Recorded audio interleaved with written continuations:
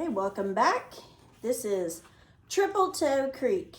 And as I told you in class today, this is my favorite chapter of this book because they play a prank. And you have to understand, like we talked about, a little bit about Ned and Jinx. And you also have to understand the people that they run into in this chapter. And the people that they run into are members of the Ku Klux Klan. So we talked a little bit today, and you've learned in social studies, it sounds like from our discussion today, a little bit about the Klan and their actions. And we mentioned Jackie Robinson today when we were talking in class. So Mr. Leslier, his favorite player in the world is Jackie Robinson. So he wanted to share with you a couple of pictures, and this is... What do you notice in this picture? You have a white batter who's coming up, well, who's actually at the plate. You have a white umpire, and you have a white catcher. And you have one black man, the only black man in all of Major League Baseball when he broke in to the majors. Right after World War II, he wore the number 42 and he played for the Brooklyn Dodgers, Jackie Robinson. And that's him. Stealing home, and he's safe. Yep. So keep this in mind. He is the only one to play in the majors in that first year. Now, after that first season, there were other black athletes who came into the majors. So this is a picture of the Dodgers stars. On this side, we have Duke Snider, Gil Hodges, Jack Robinson is in the middle, Pee Wee Reese, and Roy Campanella, who came up in the second year. Okay. And then they also had another pitcher by the name of Don Newcomb, who came up either in the second or third year of Jackie Robinson as they continued to integrate, they being the owners, continued to integrate Major League Baseball. But for one whole season, Jackie Robinson was the only one.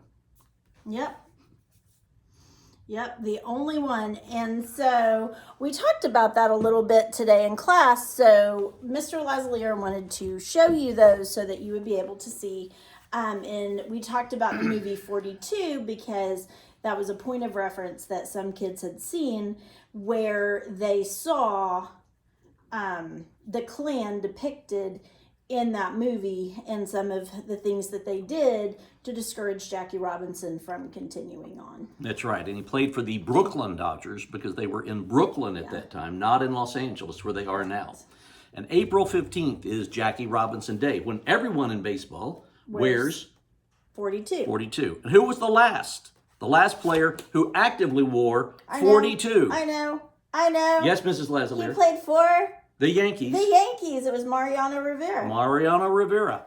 Yeah. The Sandman. Sandman. He threw out the first pitch today. Did he really? Uh-huh. Okay. Yeah, I saw it. Because today was baseball's opening day, which was very exciting. Right. Now this chapter is in Crawford County, Kansas, and if you haven't ever been to southeastern Kansas, Crawford County is in southeastern Kansas, and it's about, maybe an hour and a half drive from Tulsa. I've never been. I've been there. So, okay. So this is 1917. So it's back in that time period, way before Jackie Robinson. Oh, yes.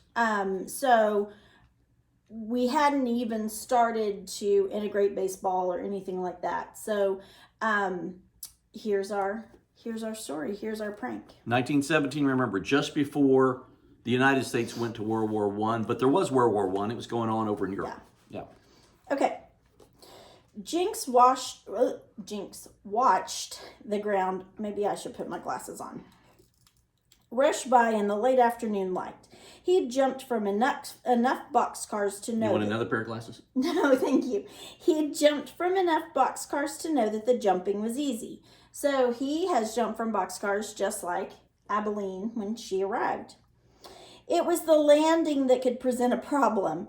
Figuring that the cottonwoods along the creek would be as good a place as any to hide out for a while, he grabbed his pack and leaped. Hide out for a while, so it sounds like he's on the run. On the run, on the lam. Unfortunately, he saw the ravine from midair. Rolling and tumbling, he tried to keep his pack up so it wouldn't bang on the ground like every other part of him.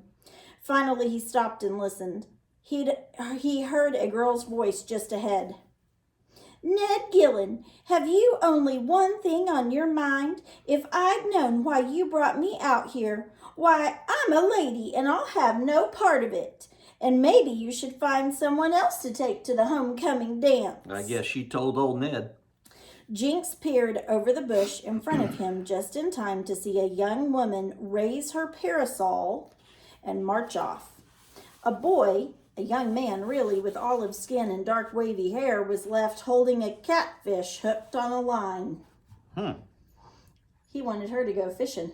I guess he did. She said that was not for ladies. I guess it wasn't.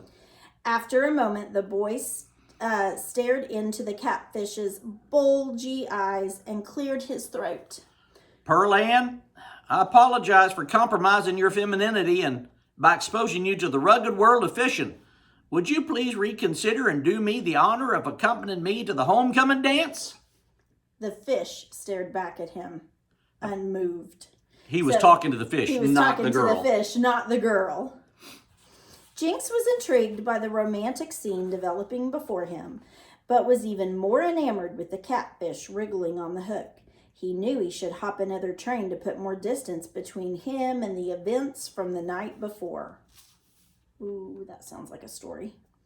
The sound of the sheriff's dogs barking and growling still rang in his ears, but his stomach was the one growling now. Jinx hadn't eaten since the day before and could already smell that catfish sizzling on a spit.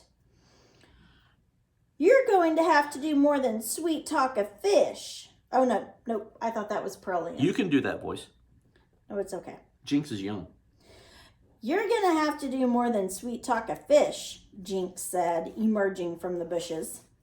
Ned Gillen spun around, then relaxed when he saw that it was just a boy. Is that right? And I suppose you would know in your, 12 years of experience with women? 13, and it's not what I know, it's what I have. Jinx took a brown bottle, which had miraculously remained unbroken from his pack. You got all the right words to go after her, but you can't go smelling like catfish in creek water, can you? Ned sniffed the fish and grimaced. I suppose not. What I have here will solve all your problems. It's a cologne, an aftershave, and mouthwash all in one. It comes from the Arctic glacial waters off the coast of Alaska. I got it from a 100-year-old Eskimo medicine man. And where did you happen to run into a 100-year-old Eskimo? I did some work at the docks in Juneau. At any rate, if it can make a polar bear smell good, just think what it can do for you. Jinx jiggled the bottle. Time is of the essence, my friend. I suppose a little fresher up wouldn't hurt, but something tells me you're not in the business of giving away Arctic glacial water for free. I suppose we could make a trade. Say that catfish for this bottle. That is, unless you're getting kind of sweet on her. Ned grinned and unhooked the fish, revealing a green and yellow spotted fishing hook. He held up the lure. It's brand new. They call it the Wiggle King. So colorful it'll catch a blind fish.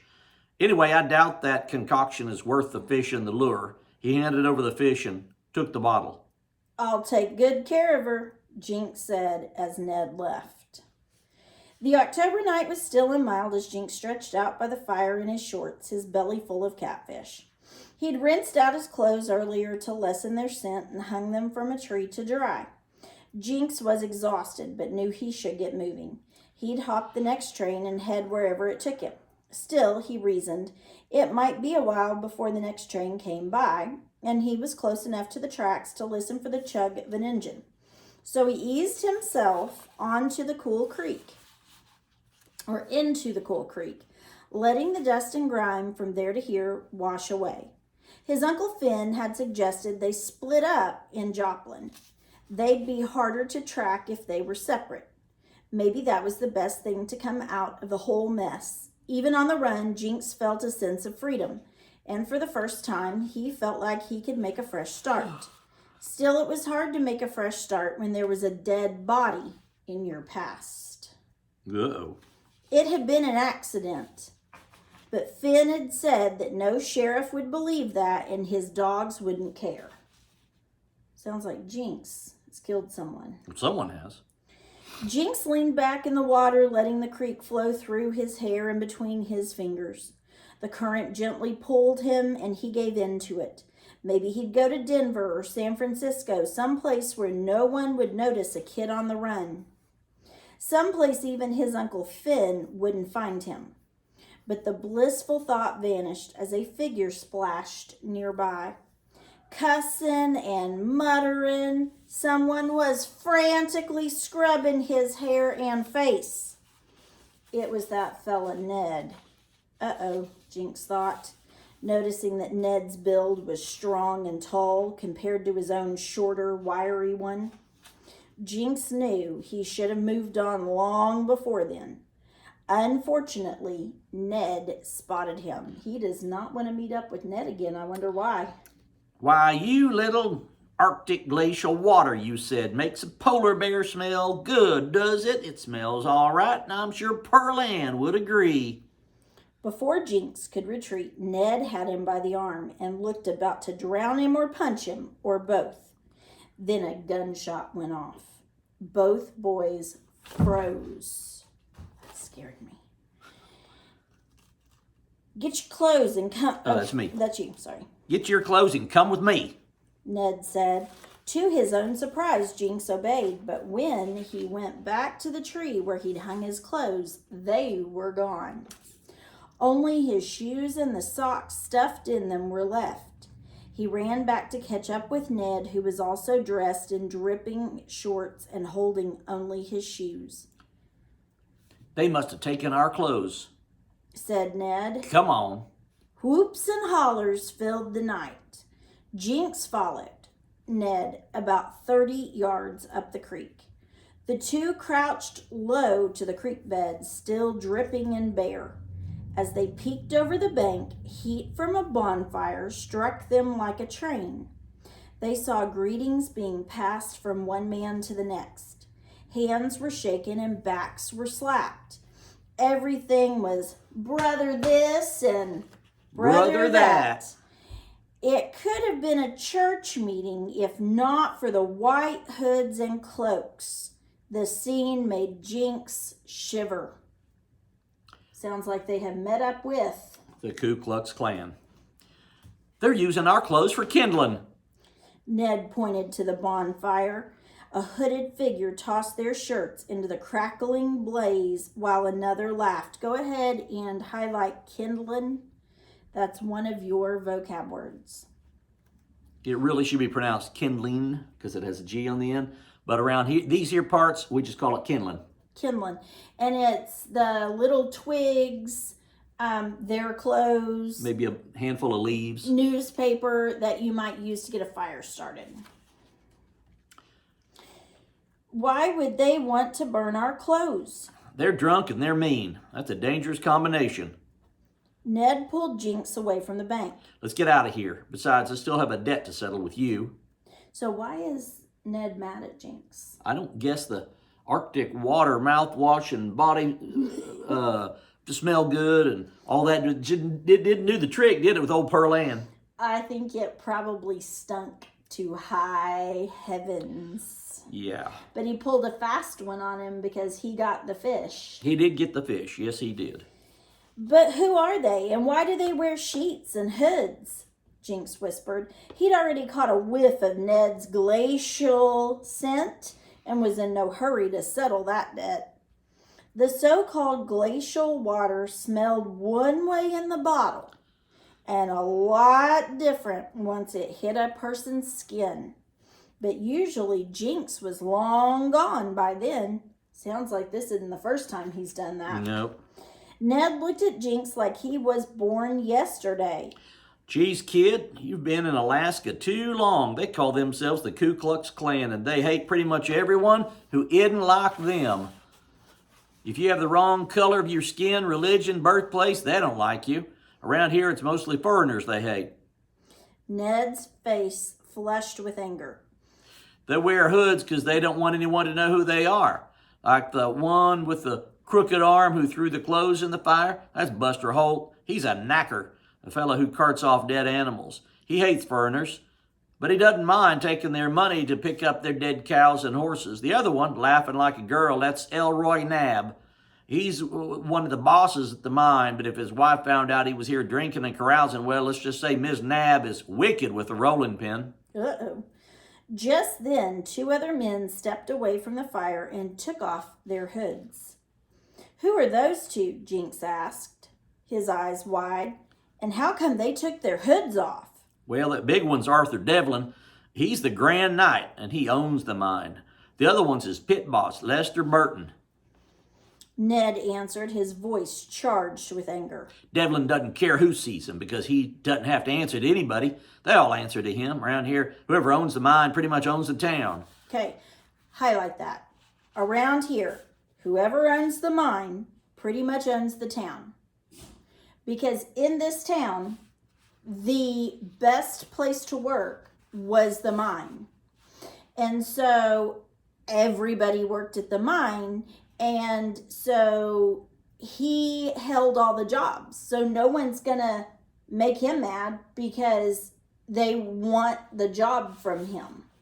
He also paid them in a little bit of money, but mainly company store vouchers. Mm-hmm. So their paycheck, they got a little bit of money, but the rest of it was only good at the company store of the mine, which he also owned. So he had everybody wrapped around his finger. And it says here that he was the Grand Knight, which is like the leader, the highest member of this group. This group of the KKK. Yes. Okay. All right.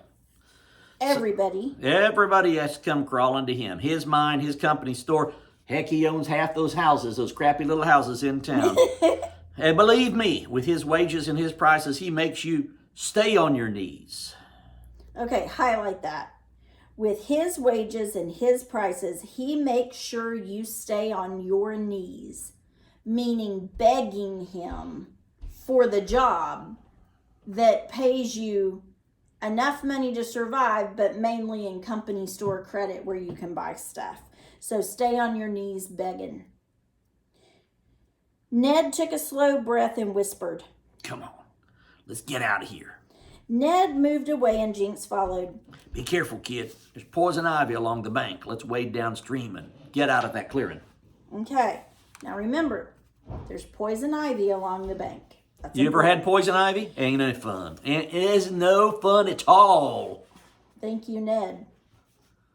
They glided quietly through the shallow water, holding their shoes in the air. Sounds of tree frogs and cicadas filled the still night. "Listen," Jinx said, "maybe we can work out a deal." Shh. Ned held up his hand. They heard voices several yards ahead. Two men splashed water from the creek onto their faces.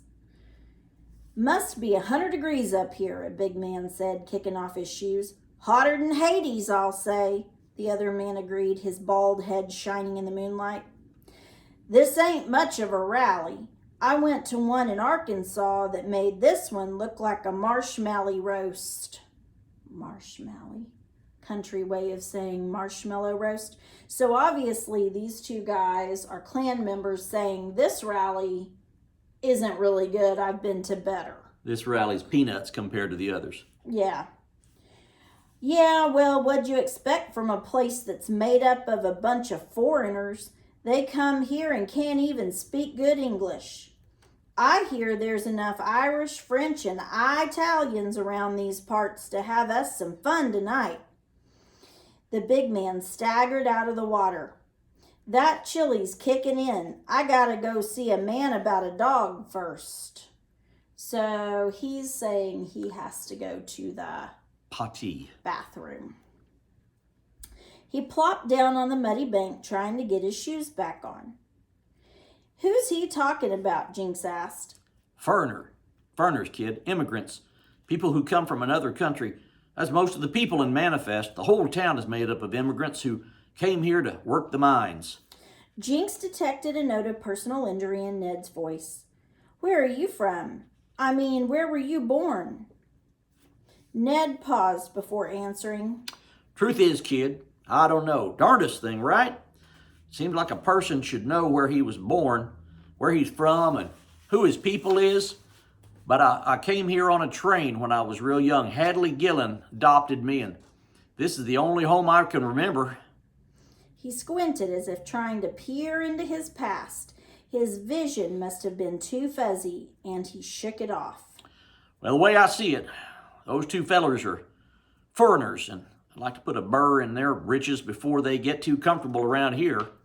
So he's saying that those two guys are also not from Manifest, and he's saying, well, they're the foreigners, they're not from here, so I'm going to put a burr in their britches. They not from around these here parts. Oh boy, that Ned, man, you're just going to keep that up all night, Oh, aren't yes, you? I am. Okay. Whew, buckle up, kids. Jinx saw a chance at redeeming himself. I'll be right back. Ned shook his head, but Jinx slipped noiselessly out of the water. A couple of tense moments passed before he returned. Here, put this on. Jinx held out a white cloak to Ned, then put one on himself. Wait, are they joining the clan? I bet they're not joining the clan, but they're going to dress like they're in the clan. To get out of there. Yeah. Where'd you get these? Those two guys in the creek. They won't miss them for a while. Besides, you said you wanted to put a burr in some britches. Well, here's your chance. Jinx held out a handkerchief full of 3-pronged leaves. Now, there's a saying, leaves of 3, Let it be. let it be. It's poison ivy. So he has handed him a handkerchief full of poison ivy. Okay. Ned shook his head but couldn't help grinning. He looked at the large man still trying to put his shoes on. You're crazy, kid. Yeah, that's me. Oh, sorry. Well, you're crazy, kid, but I like your way of thinking. They put up. So they're having the same thought. Yeah. I wonder what they're thinking. Well, I believe they're thinking they're going to get back at these yahoos who burned up their clothes. They put on their shoes, donned the white hoods, and hoisted themselves over the bank. Like flies in a Venus flytrap, they were immediately swallowed up by the crowd of more than 50 men. The point on Jinx's hood fell short of those around him, and the bottom of his robe brushed the ground, so he's a little fella. Short, yes. Ned and Jinx maneuvered their way casually through the sea of white. They peeked through the eye holes in their hoods, trying to see over shoulders and around big bodies moving toward the far side of the camp. Suddenly, a wiry man stood hoodless in front of them, wagging his cigar. It was Lester Burton, the mine pit boss. Their path was blocked. Well, looky what we got here, he said in a gravelly voice. Jinx took a step to the right, but Burton grasped his shoulders. Ned, a few years taller, stepped closer to Jinx. Whatever happened now, they were in this together. Got us a babe in the woods, Burton said, as a few hooded figures gathered around. Jinx's hands were sweating. If they could just get around these men. He straightened up tall. Yeah, this is only our second rally. Our dad took us to one all the way down in Arkansas. Ain't that right, Cletus? Arkansas? Ned repeated, a little slow on the uptake.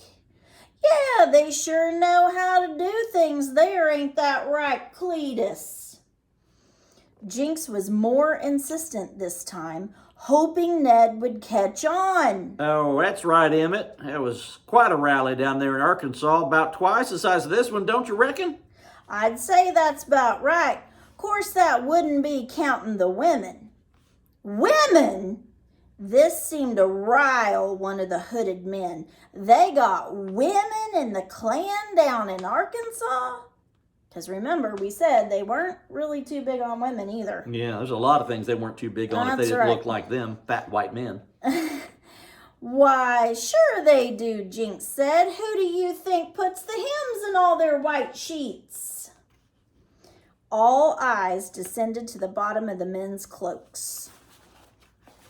See there, Jinx pointed, you got raggedy bottoms. I'd say you boys could learn a thing or two from the folks down in Arkansas, wouldn't you say, Brother Cletus? I'd say so, Brother Emmett. Come on, I think I hear Pa calling us. Coming, Pa. They left the men gazing down and made a beeline to the far side of the camp. Boy, Jinx almost blew it when he said women. Oh, yeah. But they made up a story real quick about why they would have women there. Yes, they sure did. Ooh, they're pretty quick. They are quick, aren't they? They left the men gazing downward and made a beeline to the far side of the camp. Over there! Jinx nudged Ned toward a dilapidated cabin that looked long abandoned. The nearby outhouse bathroom apparently stood in good stead, since 6 or 7 men waited in a single file line. The boys fell in line and Jinx hopped around enough that 3 men let him move ahead. It was dark inside, but he easily found the leaves wrapped in his handkerchief. He was doing the I gotta go to the bathroom dance to cut the line. The 1-foot dance. Making appropriate grunts and sighs, he grabbed a stack of newspaper scraps that was their toilet paper, and he dropped them into the open hole of the outhouse. Plop, plop. Getting rid of all of their options for toilet paper. Splash. Careful not to touch the leaves, he left them in place of the toilet paper, remembering a well-known rhyme. Ivy on the vine, 2 leaves on a stem are fine. Pick up one with 3, and itchin' you will be. Now remember, this is an outhouse behind an old cabin out in the middle of nowhere in southeastern Kansas at night. And if you had to go... lights. Yeah, there's no light in there. You don't know what you're picking up. So the men just know that there's supposed to be newspaper, and in a pinch they could use leaves, but they're not going to have any idea that the leaves they're picking up are Poison ivy. that'll put a burr in their britches. Oh, we will. So, shall I be this good old boy? Yes. Come on, son. We're backed up out here. Came a holler from outside. Yeah, we're backed up something fierce, Ned yelled. Jinx opened the door. Well, I guess leaves will do in a pinch, but can't you boys afford any newspaper or something? Let's go, Cletus. The boys sauntered away, Jinx yelling over his shoulder. They got toilet paper in Arkansas. I guess he told them. So, I think they're going to have some unpleasant days ahead. Oh, yes, that would be quite unpleasant. And coming up next, the chapter is A Bargain is Struck. And your old friend, Miss Sadie the Diviner, will be back after this break.